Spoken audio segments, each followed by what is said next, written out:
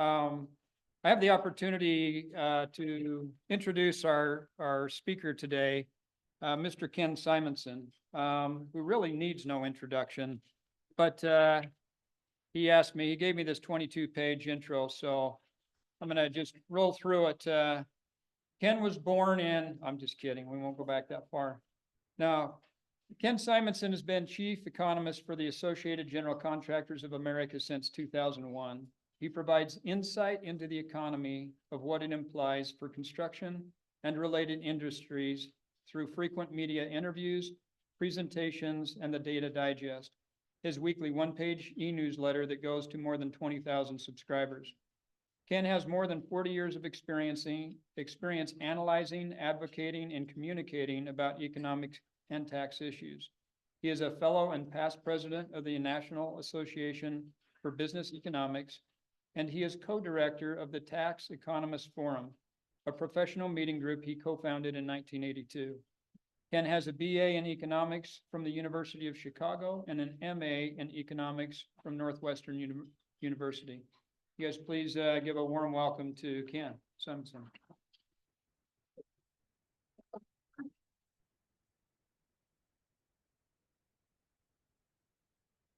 Well, thank you. It's always great to be back here. I really appreciate the opportunity. I think this chapter holds the record for having me the most time. Let me start by showing you what's going on with employment here and nationally. I'll talk a little bit about wages, about materials cost and availability, and then where I think construction segments are headed. And certainly the election news has made a change in what I'm saying about that. By the way, all of these slides, as well as my weekly Data Digest, will be available to you from the chapter or just by emailing me at ken.simonson@agc.org. So, as you can see, Utah has been on a steady, strong upward path in construction employment. This slide starts in February 2020, the month before the pandemic really gripped the country. And you can see that in the next 2 months, the U.S. lost 15% of its construction jobs. But for Utah, there was barely a dip. And by 3 months out, you were already adding jobs to what had already been a good, strong growth. And now, after 4.5 years, your employment has gone up 27%, 3 times as much as in the country as a whole. And just in the last 12 months, your employment grew twice as fast, 6% versus 3%. Sorry.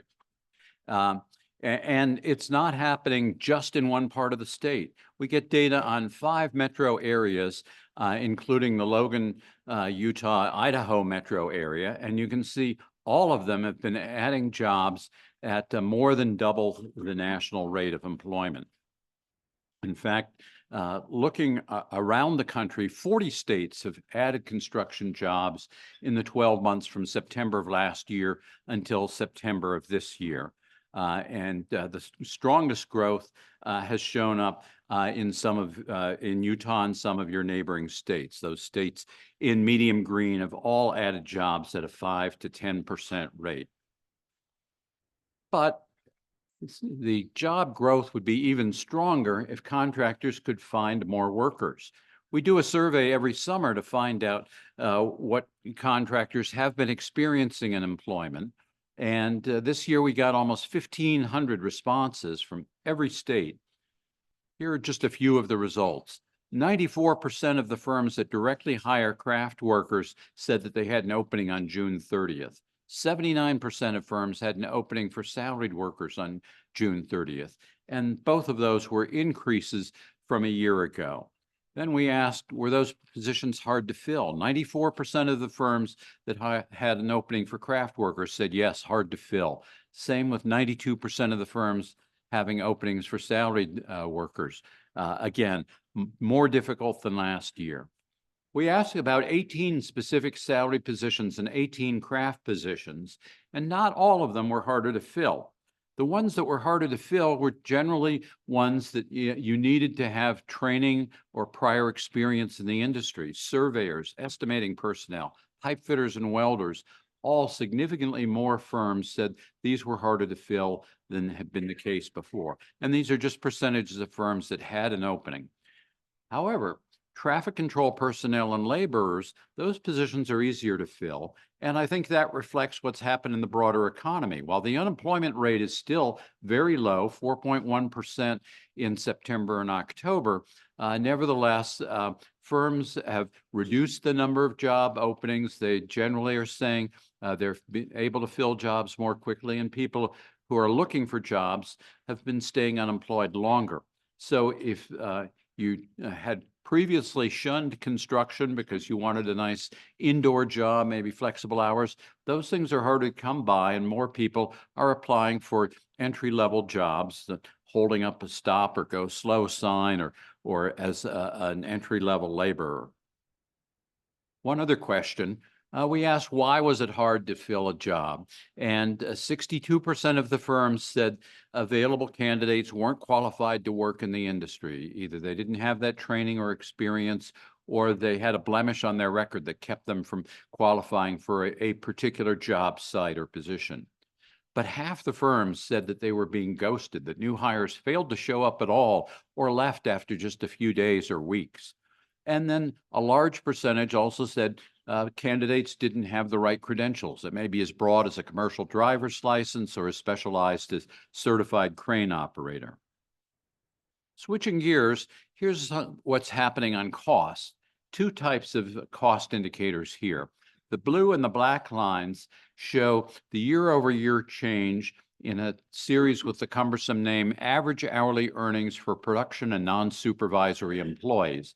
That would cover most craft workers and office workers who aren't supervisors. And while those lines are pretty wrinkled, they stay pretty close to a 5% year-over-year change until the last few months. They've tapered off sharply in the last few months, but AGC supports a research organization called the Construction Labor Research Council, which has analyzed all of the union settlements from January through September. And the median, that is half the settlements coming in above, half below, 4.7%, with a large share of them coming in at a 6% wage increase. So as that floor gets built in and replacing settlements from 2001 that have expired with maybe 2.5, or even 3% increase, it's pushing up that average wage. Now, I know in Utah and many other states, unions are not a big factor, but nevertheless, that certainly has an influence on what the wages are going to be. And also here in Utah, as in a number of other states, tremendous competition now for electrical workers, and that's a craft that I think you're going to see quite a bit of wage competition. So my expectation for 2025 is that this wage series will again be rising pretty close to 5%. How about materials costs? That's shown by the red line here, year-over-year change in the producer price index for inputs to new non-residential construction, a weighted average of all the materials that go into non-residential construction projects. We'll be getting the October number tomorrow, but what you see here is first at the far left, at the beginning of the pandemic, the economy shut down so much that prices were actually lower for a couple of months than they had been the year before. So that red line is below that zero mark. But then we heard about record prices for lumber, steel, copper, diesel fuel, much more frequent and steeper than usual price increases for things as varied as cement and concrete products, insulation, roofing materials. And after the giant freeze in Texas in February 2021, many construction plastics. In fact, this index of materials costs was rising at a 20% or higher rate for 12 straight months until after Russia invaded Ukraine in February of 2022.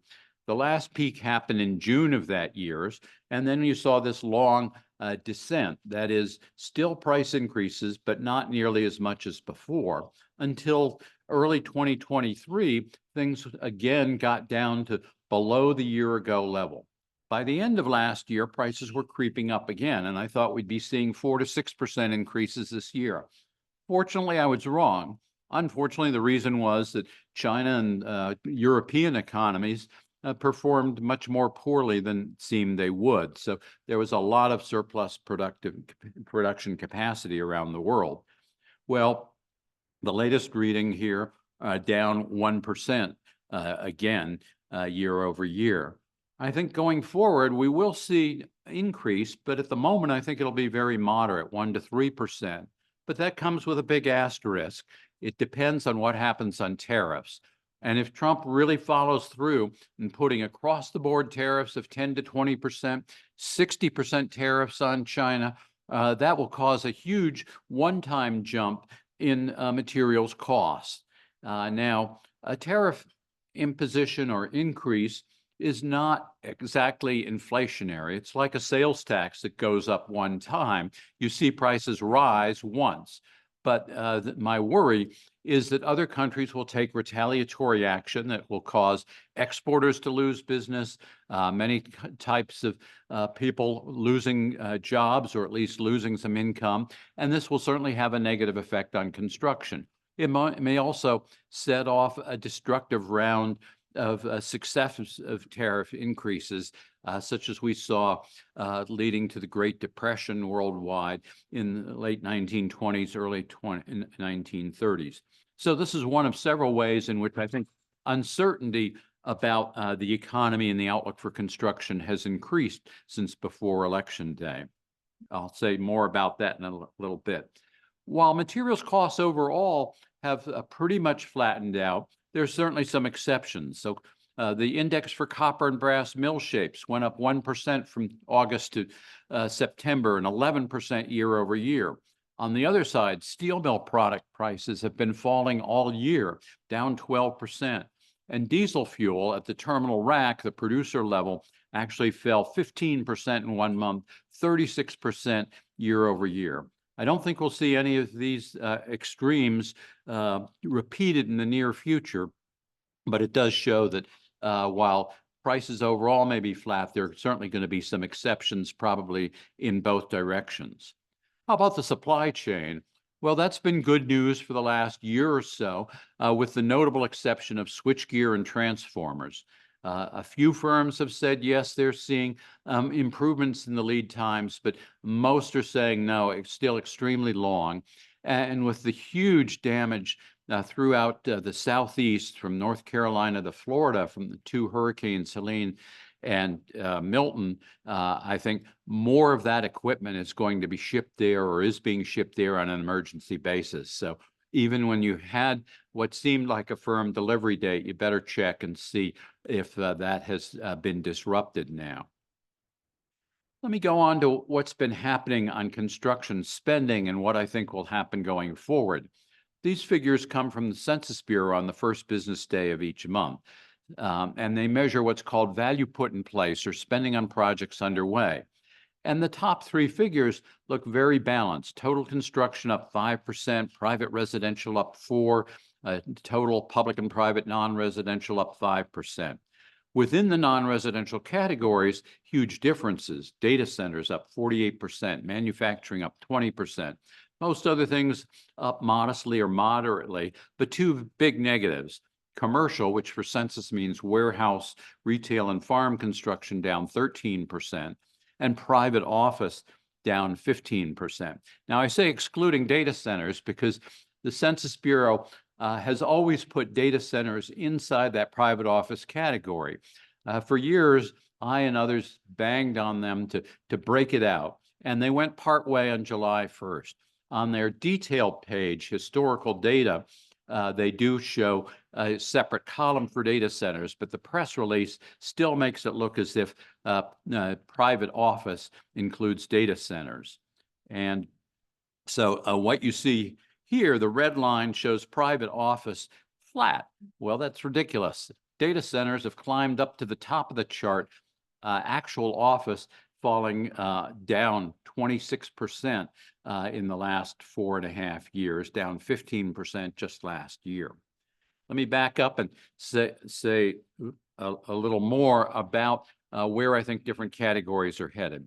As I said, private residential up 4%, but that shows a big reversal. Single family up a little less than 1%, multifamily down 8%.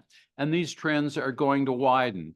I do think that even though mortgage rates have crept back up in the last few weeks, there are enough people who can afford to pay cash or buy down the mortgage, that they can afford a monthly payment. And enough builders are buying down that monthly payment to make first-time home buyers eligible. We will see gradual improvement in single-family construction next year. But multifamily, while it was the hottest market around 2 years ago, suddenly so many apartments are hitting the market at the same time that developers are no longer going ahead with new projects. The number of starts, number of permits drawn has dropped by as much as 30 or 40%. So next year will be a very bad year for multifamily construction. We may hit bottom by the end of next year. There's still huge demand for housing of all types. And so that may pick up 2026, but for 2025, a very poor market. On the non-residential side, again, pretty close balance between private and public. But when you go into the categories here, they're listed in descending order of September 2024 size. Within them, subcategories that are in descending order. You do see some things in red, meaning declines from a year ago.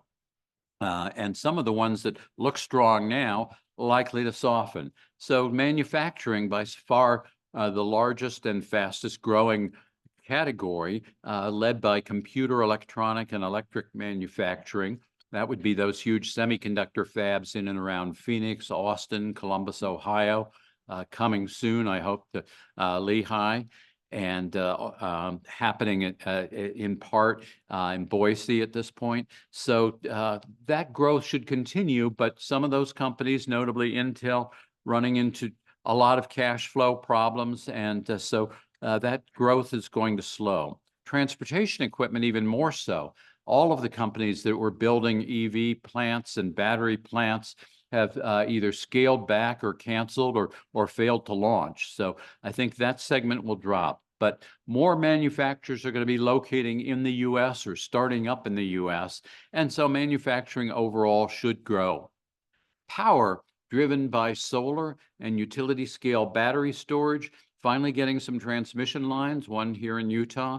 And so I think this category will also do well, although there is doubt about whether Trump will try to claw back some of the tax incentives and the other funding under the Infrastructure Investment and Jobs Act. I don't think he'll be able to make a change immediately. So I think that spending for 2025 is pretty well assured. Highway and street construction has barely budged, but there's still a ton of money in the IIJA that should be showing up starting next year. So that will be a growth category. Education, very moderate growth at this stage. I think it's going to continue about on that course. Commercial, huge drop in warehouse construction.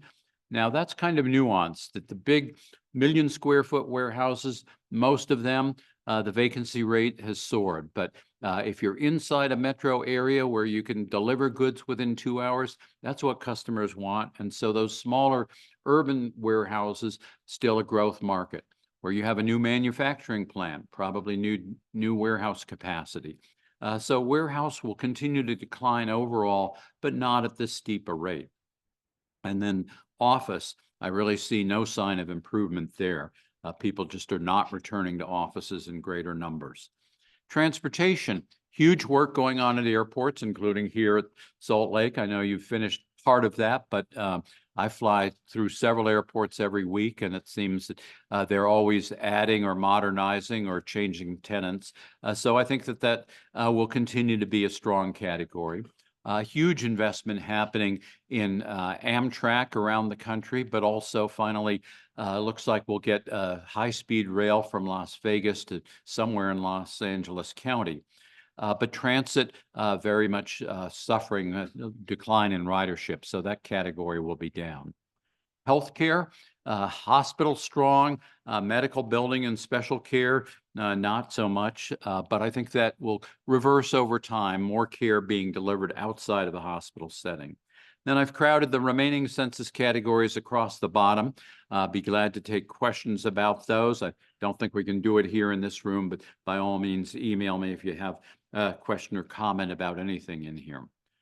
So to wrap up, I'm confident that economic growth will continue, but uncertainty has risen, particularly with respect to tariffs and to immigration policy. I know Utah has been more welcoming than many states toward foreign-born labor, and that's one of the reasons for your success, that you have been able to add to your workforce in construction and many other industries.